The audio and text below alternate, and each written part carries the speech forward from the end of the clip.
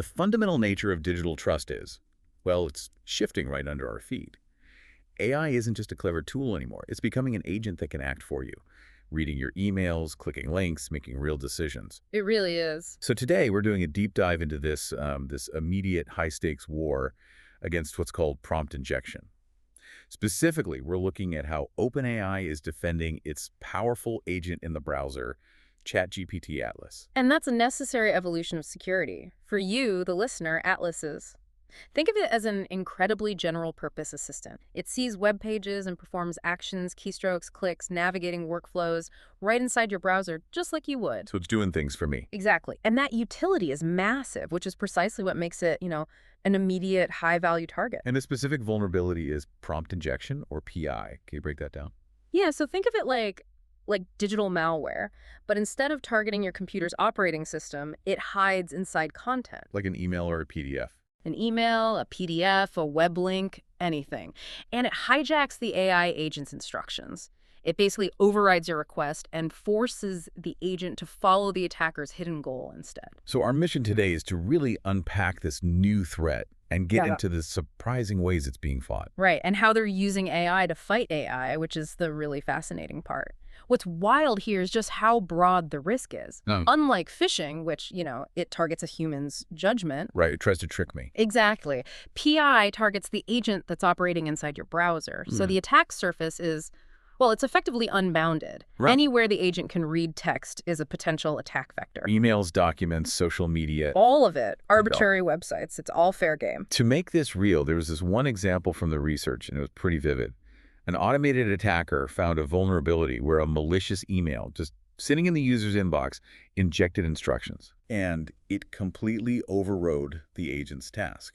The user just asked for a simple out-of-office reply, but the injected prompt redirected Atlas to instead send a resignation letter to the user's CEO. Exactly. And since Atlas can take the same actions a logged-in user can, accessing files, deleting things, sending money, that resignation letter incident, it really shows the profound scope of the impact. You have to be able to trust that the agent is following your instructions. A threat that's sophisticated, it needs an equally sophisticated defense, which is where, I guess, this idea of automated red teaming comes in. That's it. You have to build an LLM-based automated attacker, one that's trained using something called reinforcement learning. Wait, so you're building an AI to attack your own system? Yes, and that's a critical point. You have to ask, by creating a smarter attacker, aren't we just making it easier for the actual bad actors out there? That's the trade-off, right? But the benefit is speed and depth, and that seems to be unmatched right now. It is, and they use reinforcement learning because it's so well-suited for finding those complex, multi-step exploits, like the chain of events for that resignation letter. That wasn't a one-step hack. Right. A human researcher trying to find that vulnerability might only get a success signal after, say, 10 different steps. Reading the email, ignoring the prompt, navigating to an HR portal, drafting, sending. That would take forever. It would. RL lets the AI attacker explore millions of those long strategies very, very quickly. It perfects the path to that sparse reward of a successful exploit. So that's the asymmetric advantage. The internal attacker has privileged access. It can see the victim agent's inner thoughts, its reasoning traces. It can run simulations over and over, discovering these really novel, realistic attacks that human testers, they just wouldn't find in time. And when it finds one of these attacks, what happens? That immediately drives a rapid response loop. The failure example is used to adversarially train the agent model. You're essentially burning in robustness against that new threat. So you teach the AI not to fall for that trick again. You do. And at the same time, you improve the broader defense stack things like better monitoring and system-level safeguards that operate outside the model itself. Okay, so this is all happening in the background. What does this mean for us, the people actually using the agent? How can we stay safe? Vigilance is still essential. There are 3 key things. First, limit logged-in access when you can. Use a logged-out mode unless you absolutely need the agent to act on your behalf. That makes sense. And second? Second, you have to carefully review confirmation requests. The agent is designed to ask for confirmation before it does something consequential, like sending an email. Don't just click yes. Verify the action is exactly what you intended. And finally, be specific with your instructions.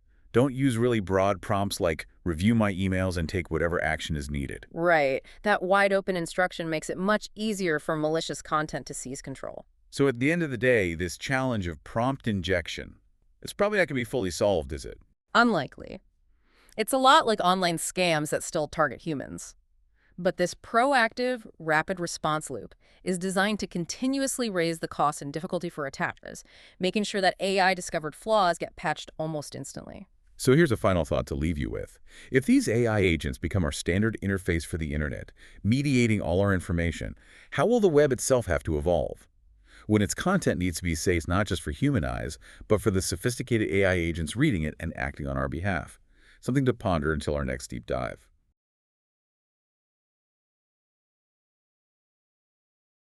Welcome back to the deep dive. Today we're jumping straight into what might be the biggest bottleneck in LLM development. We're talking about data, how we actually feed these massive models. Our whole mission today is to simplify the really complex world of data preparation. I mean, if you've ever tried to replicate a training run for an LLM, you know the pain.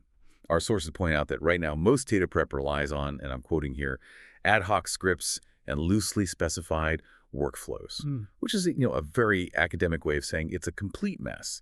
It means poor reproducibility and, frankly, a huge waste of time. It's a huge waste, and that's exactly why we're focusing on this new framework, DataFlow. It's designed to be this unified system for data prep and workflow automation. The whole point is to cut through that chaos and focus on data quality and, maybe even more importantly, reproducibility. Okay, let's unpack that. So DataFlow moves beyond scattered scripts. It uses these things called system-level abstraction. Yeah. But is that just a fancy term for, better commenting in your code? Or is there a real engineering benefit here? That's a great question. And yes, the benefit is absolutely real. Instead of brittle one-off code, you get these modular, reusable, composable transformations. Think of it like using standardized Lego bricks instead of having to weld custom metal parts for every single project. Okay, that Lego analogy really helps. And on top of that, it gives developers a PyTorch-style API, which means your data flows are suddenly debuggable and optimizable, just like your models. That sounds way more robust. And to give you a sense of the scale here, we're not talking about a small tool. The framework has nearly 200 reusable operators and 6 domain general pipelines. And those 6 domains cover a ton of ground. We're talking text processing, mathematical reasoning, code generation. Text-to-SQL, agentic RAG. Exactly. And even large-scale knowledge extraction. It's incredibly versatile. So here's where I think it gets really interesting, the automation part. The data flow agent. How does this thing actually work? How does it handle the complexity of 200 operators and turn a simple request into code? The agent is really the key to usability. It's designed to translate a natural language request, something like, hey, clean this text data, remove personal information, and format it for a math problem. And it turns that directly into an executable pipeline. Okay, but how? What are the steps? It's a 3-step process, really. First is operator synthesis, then pipeline planning, and then the crucial part, iterative verification. Let's pause on that one. What does iterative verification actually mean in practice? It means the agent checks its own work. It's like having a programmer who self-corrects. It makes sure the pipeline it built actually does what you asked for in plain English. That's vital for trust. Got it. So it's not just generating code, it's validating it. Precisely. And this whole system supports both open source and locally deployed models, so you aren't locked into some proprietary API. Which, of course, brings up the most important question of all. Does all of this structure and rigor actually pay off? Does it improve the final LLM's performance? And the numbers are pretty surprising. The answer is a clear yes. For instance, up to a plus 3% execution accuracy in text-to-SQL.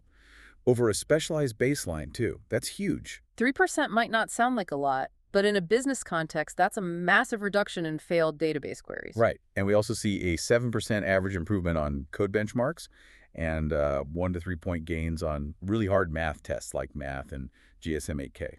But the most compelling result, the one that really connects all the dots, is about quality versus quantity.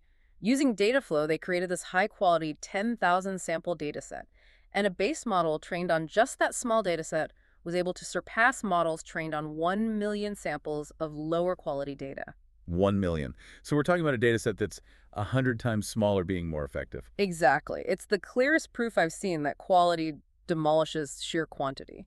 So we're moving past this era of just throwing messy data at a model and hoping for the best. It sounds like DataFlow is establishing a practical, high-performance way to do this reliably, reproducibly, and at scale. It really is. And it leaves us with a final thought to chew on. Given that we now have proof that a small 10K sample dataset can beat a massive 1 million sample dataset, how fundamentally will this shift AI development away from brute force scale and toward, precision data engineering? A very important question. We'll leave you with that thought. We'll see you on the next deep dive.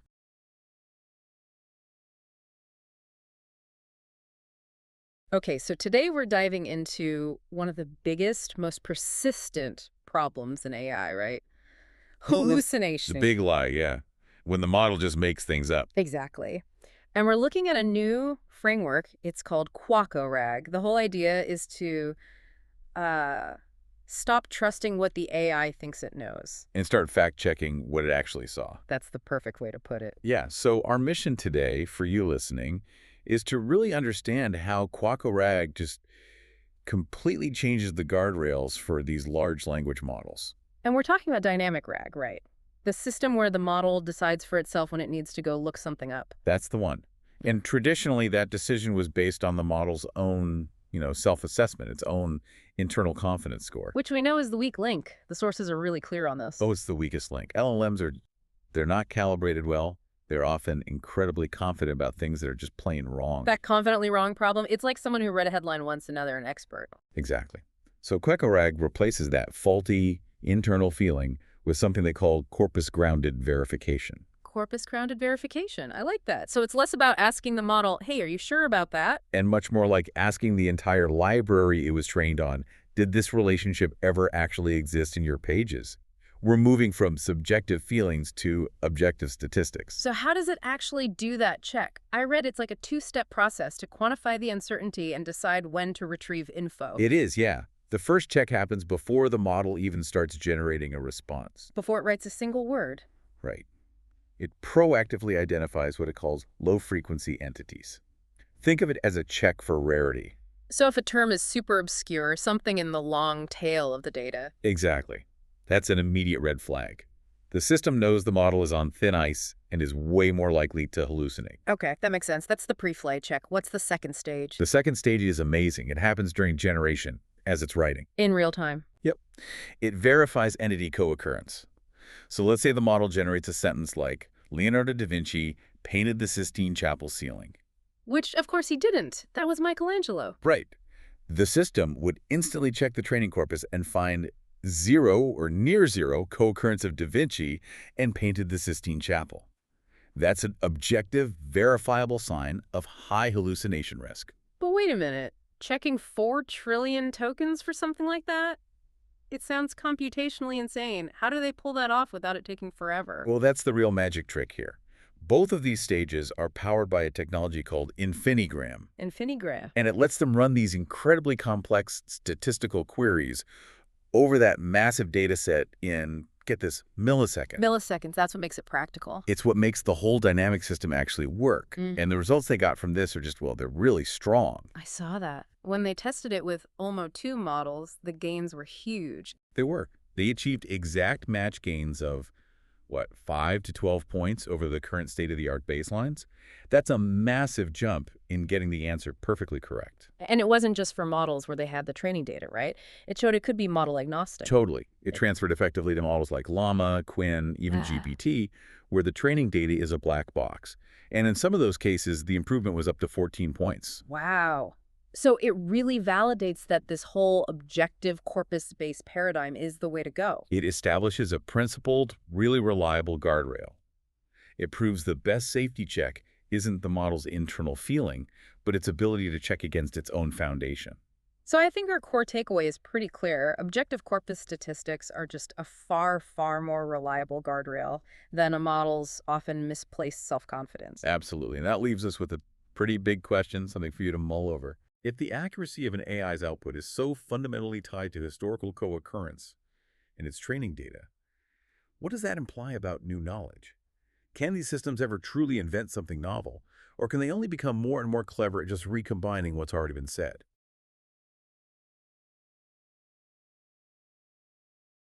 So if you've ever tried to use an AI to edit a video, I mean really edit it, like change a coffee cup in someone's hand, the pain, it looks good for a second, but then the edit starts to bleed out. Suddenly the AI is changing the person's shirt or the wall behind them gets all blurry. That lack of precision. That's a real technical problem called token interference. And today, we're diving into a new way of thinking that's designed to solve this. It's called ReCo. That's for Region-Constraint In-Context Generation. Our mission here is to figure out how ReCo gets so accurate and, stops all that background noise. Oh, absolutely. That token interference has been the central roadblock for a while now. Previous models, they just couldn't specify where to edit. The whole frame was treated as one big canvas, and that just led to messy results. You're basically fighting the model's own denoising process. Okay, so let's unpack this. How does ReCo do it differently? It starts by looking at the source video and the target video side by side. Yeah, a widthwise concatenation. It processes them together jointly. But that's not the real trick.